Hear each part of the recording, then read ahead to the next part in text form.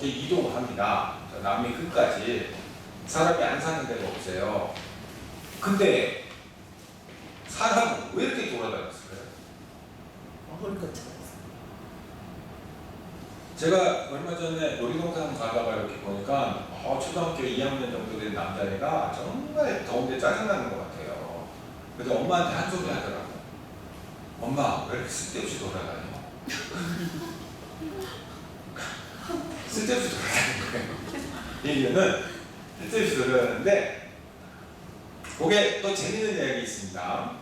두 부족이 동굴에서 살고 있을 때 하나는 할머니가 운영하는 부족이었고 하나는 할아버지가 운영하는 부족이었는데 손자들이 밤에 오줌 마려 그러면은 할머니 동굴 깨끗하게 유지해야 되니까 밖에 가서 싸.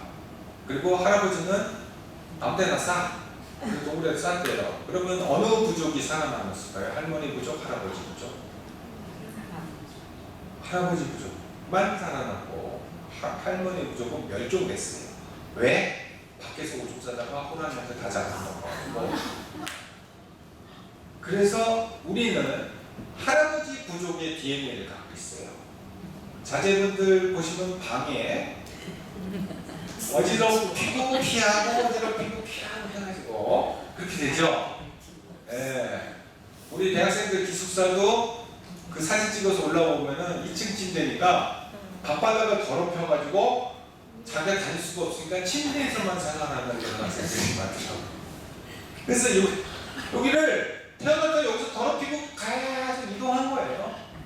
그래서 우리 인류 문명의 발상지를 보시면 우리 학생들이 배운 거 인류 문명의 발상지를 보시면은 그 발상지를 지금 세계 지도 놓고 찍어보세요. 지금 다 사막돼 있습니다. 중국 황하강 빼놓고는 다 사막이 돼 있어요.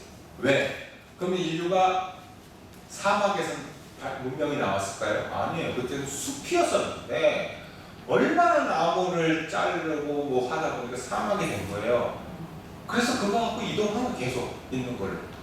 그 할아버지도 거기 오줌 싸고 똥 싸고 더럽고 냄새나고 팔이 날라다니까 다른 동굴을 찾아서 간 거예요. 할머니는 평생 그 동굴을 운영하는 거예요. 그래서 우리는 더럽히고 이동하고 더럽히고 이동하는 그런 DNA를 가지고 있다. 직접적인 멸종인데 직접적인 멸종은 여기서 멸종이라는 얘기는 뭐냐면 멸종이라는 단어는 지구상에 한 마리도 안 남고 죽어버린 경우가 멸종이라고 해요. 한 마리가 없어요. 근데 직접적인 멸종은 뭐냐면 사냥에 의한 멸종이에요.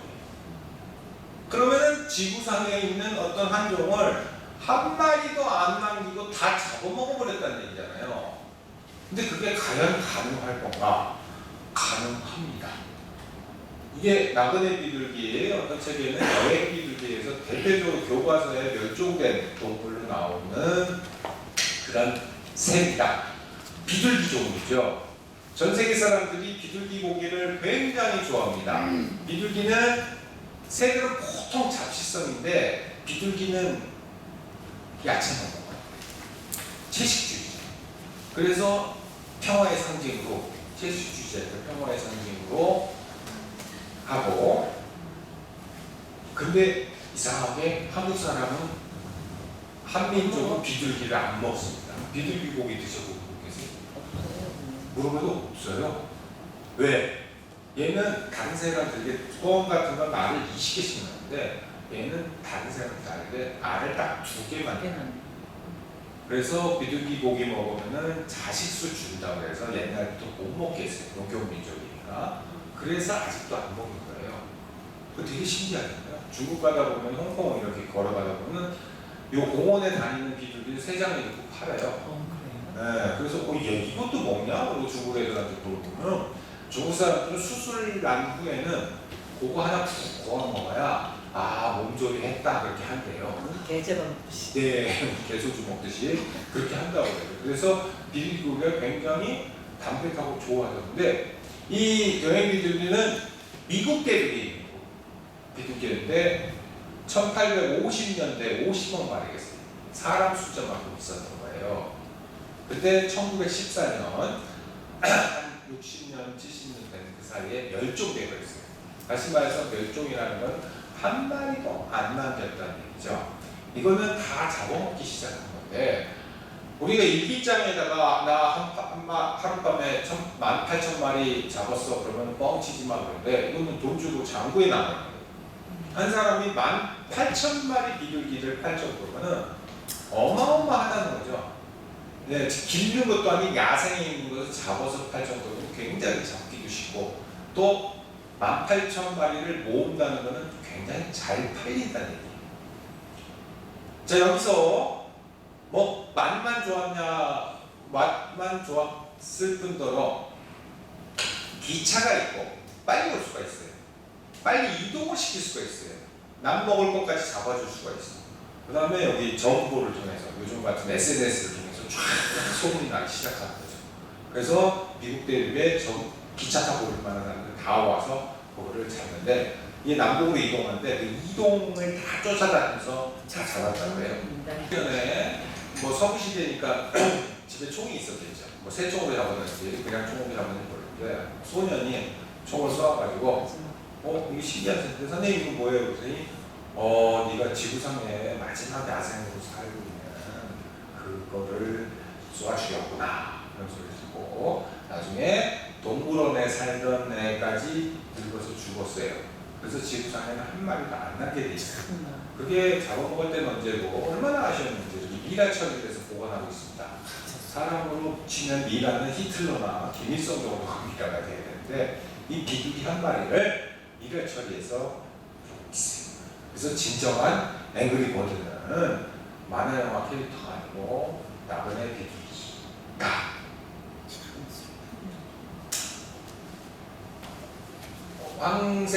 황새는 간단하게 설명드릴게요. 절면이라는 얘기가 나오는데 절면은 멸종은 지구에서 없어진 거고 절면은 우리나라에서만 없어진 거예요. 지역적으로 없어진 거. 그러니까 황새는 중국 러시아에 있어요. 지금 야생 황새가 살고 있는데 우리나라에서만 없어진 거죠. 그것을 1971년 4월 1일 발견됐어요. 날짜 잘 기억하세요. 만우절이에요. 만우절. 잘 기억했는데 그 뒤로 보면은 이분이 5일 지나서 총으로 쏘아 죽였어요. 수컷을. 그래가지고 과부황새 많이 들어보셨을 거예요. 남컷 혼자 과부황새가 돼가지고 평생을 살았는데 과부황새를 한국에 유일하게 남은 황새인데 이거 결혼을 시켜야 되지 않겠냐. 그래서 결혼을 누가 시키냐 그러면은 그 러시아 중국에 많잖아. 뭐 수컷 하나만 달라고 해서 오면 되겠네. 그래서 그럼 되겠네. 그런데 문제는 저 시대에는 중국 러시아가 아니고 중공 소련이었어요. 네, 공산국가라서 우리랑 얘기를 안 해. 근데 뭐 얘기 하나도 안 하는 데 가서 황새 한 마리면 좀 말도 안 되는 얘기죠. 지금 같았으면 가능한 얘기예요. 근데 그때는 말이 안 되는 얘기인데 과부황새가 미덕합니다. 왜? 농약을 뿌렸는데 농약 먹은 미꾸라지를 먹고 쓰러진 거예요. 그래서 그거를 다행히 구조를 해가지고 동물원으로 옮겨가지고 미세처럼 해가지고 살았어요. 그래서 동물원에서 계속 갇혀서 살다가 사망을 됩니다. 늙어서. 그래가지고 우리나라 황새는 없어졌어요. 절멸이 됐죠. 자, 요거는 수컷총에 맞아서 죽은 황새. 이거는 경희대 자연사박물관에서 박제돼서 보관하고 있었고 암컷대에서는 인천 생물자원관에서 보관하고 있었어요. 근데 누구 아이디어인지 몰라도 이걸 둘이 함께 전시해서 영혼 결혼식을 시키자. 그래가지고 함께 전시했어요. 3개월 전시하고 계약 기간 끝나니까 서로 다 뿔뿔이 해가지고 아직 영혼 결혼식을 시켜줬으면 계속 같이 두지. 그걸 또 짓거라고 또 찾아가가지고. 네. 인간이 참 무슨 생각을 하면서 사는지. 그래서 이게 황새를 지금은 복원을 한다. 새는 복원이 되게 쉬워요. 왜냐하면은 우리 닭 기르면은 닭이 알 낳기 시작하면 2년을 나요. 근데 닭을 알을 못 품게 계속 꺼내가잖아요. 그럼 계속 낳는 거예요. 왜? 새는 자기가 품어야 되는 알 개수를 알고 있어요. 원앙 20개, 비둘기 2개 뭐 해가지고 다 개수가 있어요. 하나 낳고 품고 하나 낳고 품고 그러면 어떻게 되냐 그러면은 제일 먼저 낳은 애가 닭이 20개 낳으려면 20일 걸리잖아요. 20일 먼저 깨가지고 새끼들 다, 저 동생들 다 쪼아. 그렇기 때문에 낳고 모아가지고 나는 5개, 나는 4개 이렇게 해가지고 그렇게 해가지고 시작해서 품으면은 한 달 한째 다시 같이 나와. 그렇기 때문에 황새를 러시아에서 들어와가지고 아들 낳으니까 자꾸 꺼내가지고 한 50개 꺼내서 인큐베이터에 넣고 부화기에 넣고 해가지고 근데 또 재미있는 게 황새는 땅바닥에 나무 위에다 알을 낳아요. 나무 위에다 알을 낳고 두루미 같은 건 땅바닥에 낳거든요. 땅바닥에 낳는 애들은 사람이 먹이를 주고 사람이 따라다녀요. 근데 위에다 낳는 애들은 사람이 먹이를 안 따라다녀요. 오리하고 닭 비교해 보시면 알죠. 네, 오리는 먹이 주면은 계속 쫓아다 오리 거위는. 근데 닭은 없네요. 닭 주인은 못 알아봐요. 먹이 줄 때가 없고. 그래서 두루미는 복원이 안 되는데 황새는 복원이 잘 됩니다. 자, 이제 간접적인 멸종인데 간접적인 멸종은 제일 알기 쉽게 하면 로드킬이에요. 자동차가 우리가 고라니 사냥하려고 자동차 몰고 다니시는 거 없어요. 근데 그냥 내 일 때문에 다니는데 저절로 부딪혀 죽는 거예요. 밤에 여름에 자동차 몰고 나갔다 오면은 자동차에 하루살이 몇 마리 죽여가지고 오죠? 한 2만 마리 죽일 거예요. 근데 이상한 게 요즘도 그래요. 요즘 밤에 몰고 다니는데 하루살이 안 붙어요. 이미 다 죽었어요. 그만큼 우리가 자동차를 몰고 다니면서 그 하루살이라고 하는 날벌레들을 굉장히 많이 죽여버린 거죠. 더 이상 붙을 게 없기 때문에. 옛날 경부도 고속도로가 났을 때 고속버스가 막 다니면 새들이 유리창에 엄청 부딪혔대요. 근데 그 근처에 살던 애들은 지금은 고속도로에서 새들 부딪히는 그런 경우가 없죠. 죽을 놈 다 죽었다는 거예요. 새들이 피했다고 생각하는데 아니고 죽을 놈 다 죽었다는 얘기예요. 자, 이거는 저어새인데 유럽 저어새예요. 저어새는 물고기를 먹기 때문에 고기가 비려서 고기는 안 먹는데 얘는 저어새 종류 다 멸종위기예요. 전 세계에. 왜 그러냐면 요거 잡아서 자르면 주걱이 2개가 나와요. 그 주걱 만드느라고 멸종위기고, 또 하나 백로 종류는 우리나라에는 많은데 유럽 가면 백로가 멸종위기 종이에요. 왜? 백로를 잡아서 깃털을 뽑아가지고 모자를 만들었어요. 그게 유행하다 보니까 전부 요거를 백로를 잡아가지고 300년 전에 백로를 잡아서 숫자를 줄여놓은 게 아직도 복원이 안 돼가지고 전부 다 멸종 위기종으로 돼 있습니다. 그래서 러시아 공항만 들어가도 우리 길에서 보는 희귀조의 외가리 사진이 떠요, 붙어 있는데 거기는 외가리가 멸종 위기종이에요. 외가리 함부로 못 잡게 그렇게 돼 있습니다. 그래서 요 모기들 가죽 이런 것 때문에 결국 호랑이 가죽 때문에 이 멸종이 돼버렸죠. 근데 얘는 타스마니안 늑대라고 해서 호주에 사는 칸가루 종류인데 배에 주머니가 있어요. 칸가루 같이. 근데 호주 이민자들이 와가지고 칸가루는 그냥 놔두고 얘는 늑대인 줄 알고 다 총으로 쏴서 죽였어요. 그래서 얘가 멸종이 됐습니다. 근데 나중에 멸종돼서 가다 보니까 얘는 생긴 게 늑대같이 생겼지 사는 습성 보면은 칸가루 종류다. 그래서 동물도 조금 잘생겨야지 오래 살지 괜히 늑대 닮아가지고 죽는 경우도 있어요. 자, 소나무는 우리 애국가에 나오죠. 남산의 저 소나무 하면은 이런 구불구불한 소나무가 생각나세요? 반듯반듯한 소나무가 생각나세요? 왼쪽. 요거요? 네, 대부분 요거를 생각하시는데 삼척에 가서 물어보니까 다 이거 생각나시. 그쪽 동네는 다 이거밖에 없어요. 안면도랑 삼척은 봉화 이쪽은 이 나무가 있는데 이 나무는 자연적인 나무가 아니고 고려시대 때부터 나라에서 관리해주는 나무예요.